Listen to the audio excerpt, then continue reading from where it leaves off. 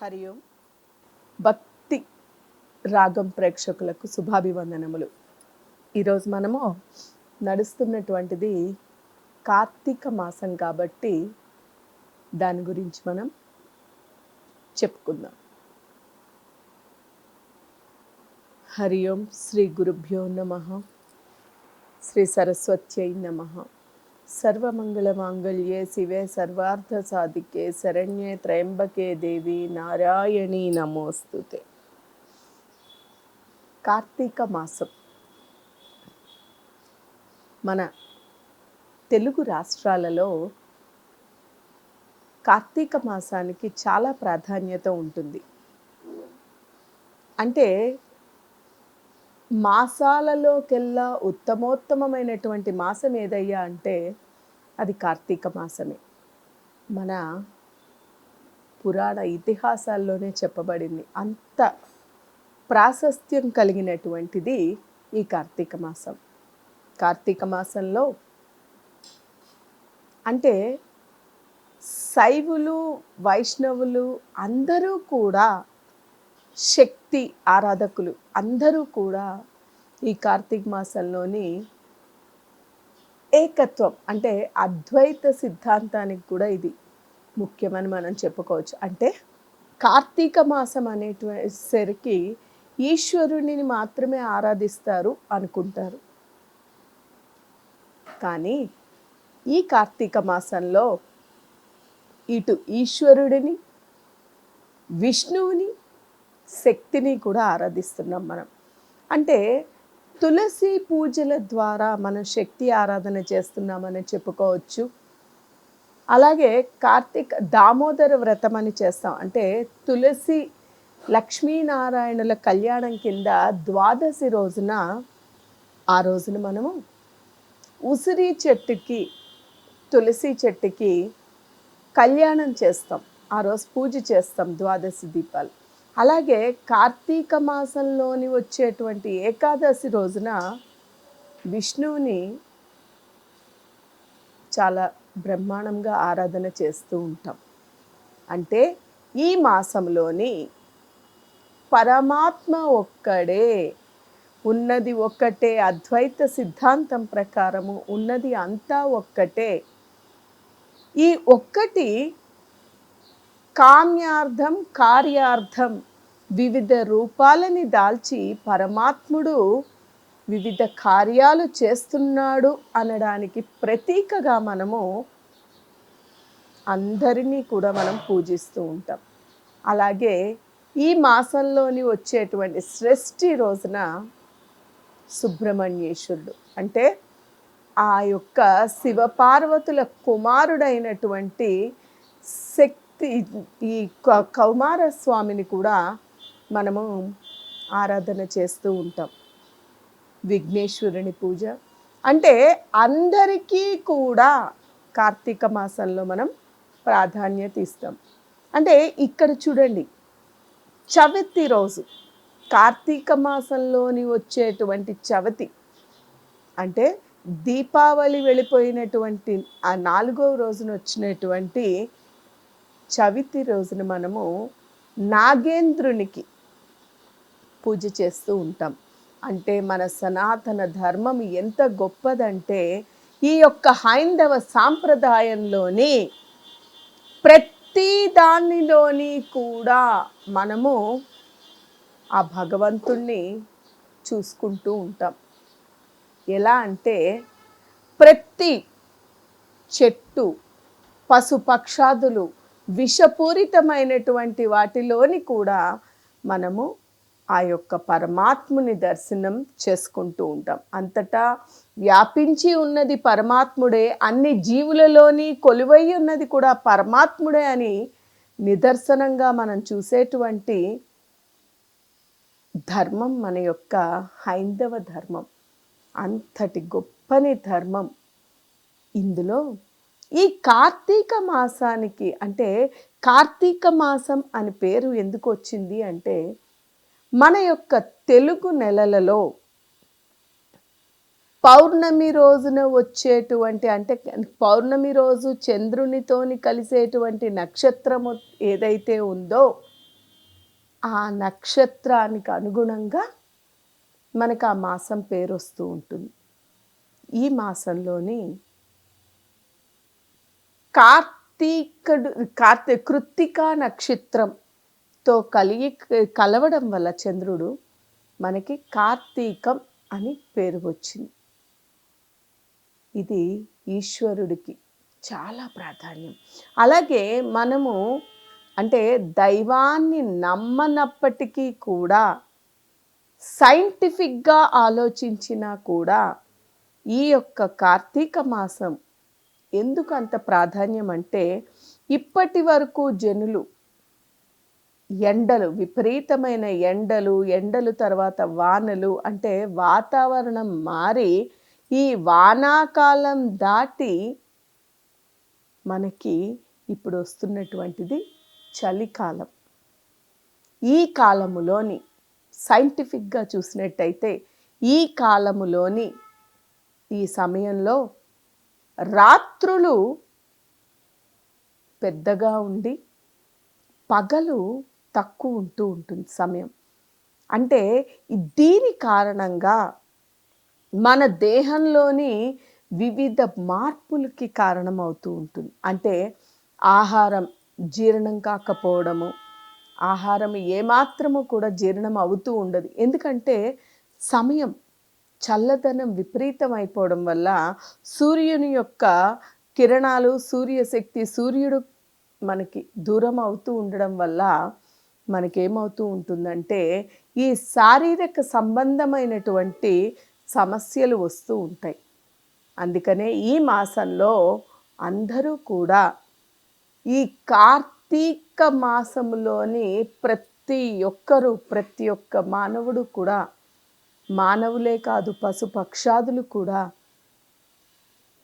ఈ మాసంలోని ప్రొద్దున్నే సూర్యోదయానికి మునుపే లేచి స్నానాలు గావించి, అంటే ఇప్పట్లో మనకి బావులు, చెరువులకి వెళ్ళడానికి అవకాశాలు అంటే ఈ యాంత్రికమైనటువంటి జీవనంలోని పడిపోయాం కనుక కానీ, లేకపోతే ఇదివరకటి కాలంలోని ప్రొద్దున్నే లేచి చక్కగా కాలకృత్యాలు తీర్చుకొని దగ్గరలోని ఉండేటువంటి నదీ తీరాలకి వెళ్ళి స్నానం సంధ్యలు కానించుకుంటూ ఉండేవారు. ఆ సమయంలో నదీ తీరాలలో నదికి వెళ్ళి నదిలోని స్నానాలు ఆచరించి దగ్గరలోని ఉండేటువంటి దేవాలయానికి వెళ్ళి ఆ దైవానికి ఆరాధన చేసుకుని మళ్ళీ తిరిగి వస్తూ ఉండేవారు. అందుకోసమనే ఈ కార్తీక మాసం అంత ప్రాధాన్యత పొంది ఉంది. కార్తీక మాసంలోని ఏ పని, ఏ పూజ చేపట్టినా దైవారాధనకి, భగవద్ అనుగ్రహానికి అనుకూలమైనటువంటిది ఏదయ్యా అంటే ఈ యొక్క కార్తీక మాసం. ఈ సమయంలో ఏ రకముగా ఆ భగవంతుణ్ణి మనము ఆరాధించి ఎంత ప్రేమపూర్వకంగా భగవంతుని ఆరాధిస్తూ స్మరణ చేస్తూ ఉంటామో అంత త్వరగా భగవదానుగ్రహాన్ని త్వరితముగా అంటే తొందరలోనే మనము త్వరగా ప్రసన్నం చేసుకోవడానికి అవకాశం ఉంటూ ఉంటుంది. అందుకనే ఈ మాసంలో చాలామంది వ్రతాలు, నోములు, పూజలు, అభిషేకాలు అంటే మనందరికీ తెలిసినటువంటి విషయమే. ఈశ్వరుడు అభిషేక ప్రియుడు అంటారు. అంటే ఈశ్వరునికి మీరు ఏమీ ఇవ్వక్కర్లేదు. కేవలము పరమాత్మ స్వరూపుడైనటువంటి ఆ లింగాకారంలోని వెలసినటువంటి ఆ పరమేశ్వరుడికి కేవలము అభిషేకాలు అంటే అభిషేకం ఎందుకు అంటే ఆ యొక్క ఈశ్వరుడు ఈ కార్తీకంలోని ఉద్ధృతంగా ఉండేటువంటి ఆ సెగలు అంటే ఎండ వాన అన్నీ దూరమయ్యి ఉగ్రంగా వేడితోని ఉండేటువంటి ఆయనకి చల్లనైనటువంటి ఆ గంగాదేవి, ఆయనకి ఇష్టమైనటువంటి జటాజూటములోని దాగి ఉండేటువంటి ఆ గంగాదేవితోని అభిషేకము చేసినట్టయితే ఆయన చాలా ప్రసన్నుడవుతూ ఉంటాడు. అందులోని ఈ మాసము చలికాలం మొదలవుతూ ఉంటుంది. పరమేశ్వరుడు ఎప్పుడూ కూడా రుద్రావతారం దాల్చి రుద్రుడుగా ఉండి ఎప్పుడూ కూడా జటాజూటంలోని గంగని పెట్టుకొని ఉండిన కారణంగా ఈ మాసంలోని ఆ పరమేశ్వరునికి అభిషేకాలు చేస్తూ ఉంటారు. ఈ అభిషేకాల వల్ల ఈశ్వరుడు ప్రసన్నుడయ్యి ప్రతి ఒక్కరి కోరిక కూడా తీరుస్తూ ఉంటాడు.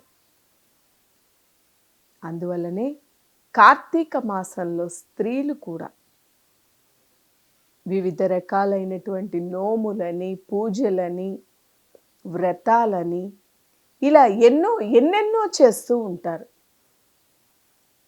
మన తెలుగు రాష్ట్రాలలోని మరీ విపరీతంగా కార్తీక మాసానికి ప్రాధాన్యత ఇస్తూ ఉంటారు. ఎప్పుడూ కూడా పూజలు చేయకుండా నిత్యారాధన కూడా చేయనటువంటి వారు అందరూ కూడా ఈ కార్తీక మాసంలోని ప్రొద్దున్నే లేచి ఆ భగవదానుగ్రహం కోసము ప్రొద్దున్నే స్నానాలు గావించి పూజలు చేసుకుని సాయం సంధ్యా సమయంలోని సాక్షాత్ ఆ పరమాత్మునికే, అంటే మనం స్వర్గము ఆకాశ పైన కైలాసం అనేటువంటిది పైన ఉన్నది అనేటువంటి భావనతో మనం ఈశ్వరుడు అక్కడ ఉన్నాడు అనే భావనతో ఉన్నాం కాబట్టి ఆకాశ దీపాన్ని కూడా పెడుతూ ఉంటాం. ఆకాశ దీపం. అలాగే సాయం సమయంలో దీపారాధనలు. ఈ నెల రోజులు కూడా దీపాలు, కార్తీక దీపాలని వెలిగిస్తూ ఉంటాం.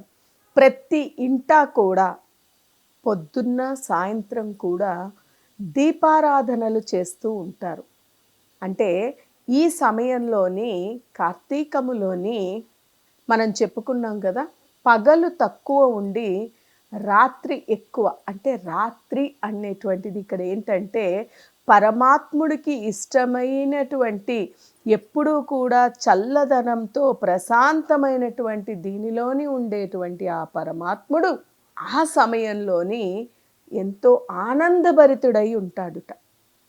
అందుకనే ఆ అజ్ఞానం అనేటువంటి చీకటిని మనలో నుంచి తొలగించడానికి జ్ఞానం అనేటువంటి జ్యోతిని మనము వెలిగించి పెట్టి, నాయన ఈ జ్యోతి ఎలాగైతే వెలుగుతూ ఉందో ఈ జ్యోతిలాగానే మాలోని ఉండేటువంటి అజ్ఞానం అనేటువంటి చీకటిని తొలగింపజేసి జ్ఞానం అనేటువంటి జ్యోతి ద్వారా మా జీవితాలు సన్మార్గములో నడుస్తూ నీ యొక్క క్రిగంటి చూపు మాపై పడి మా అందరి జీవితాలు కూడా ఆనందముగా సుఖశాంతులతో ఉంటూ నిన్ను చివరికి చేరుకునేటువంటి భాగ్యాన్ని మాకు ప్రసాదించవయ్యా పరమేశ్వర అని మనస వాచ కర్మణ అందరూ కూడా ఆ పరమాత్మని ఆరాధిస్తూ ఉంటారు. ఇదే కార్తీక మాసం యొక్క విశిష్టత ఎంత అద్భుతమో చూడండి. అంటే ఏదో ఒక సమయంలో ఈ మాసంలోని ఏమి చేసినా, అంటే మనము పాంచభౌతికమైనటువంటి దేహాన్ని దాల్చాము కాబట్టి తెలుసో తెలియకో ఏదో ఒక రకంగా ఏదో చిన్న చితక తప్పులు కూడా జరుగుతూ ఉంటాయి. ముఖ్యంగా స్త్రీలు ఇళ్లల్లో పని చేసుకుంటూ ఉంటారు. ఎన్నో క్రిమి కీటకాలు బాధలు కలుగుతూ ఉంటాయి. మనం నడుస్తూ ఉంటాం, ఎన్ని చీమలు ఏమవుతున్నాయో కూడా మనకి తెలియదు. ఎన్నో జీవులని మనము బాధ పెడుతూ ఉండొచ్చు. ఇటువంటి అన్నిటి నుంచి కూడా అంటే తెలిసి చేసినా, తెలియక చేసినా తప్పు తప్పే అవుతుంది కాబట్టి, అటువంటివన్నీ కూడా తుడుచుకుపోవడానికి, అటువంటి యొక్క పాప కర్మలు ఏవైనా ఉన్నప్పటికీ అవి తొలగిపోవడానికి ఈ కార్తీక మాసంలో దాన ధర్మాలు ఎక్కువ చేస్తూ ఉంటారు. దాన ధర్మాలకు కూడా చాలా ప్రాధాన్యత ఉంది కార్తీక మాసంలో. ఈ కార్తీక మాసంలోని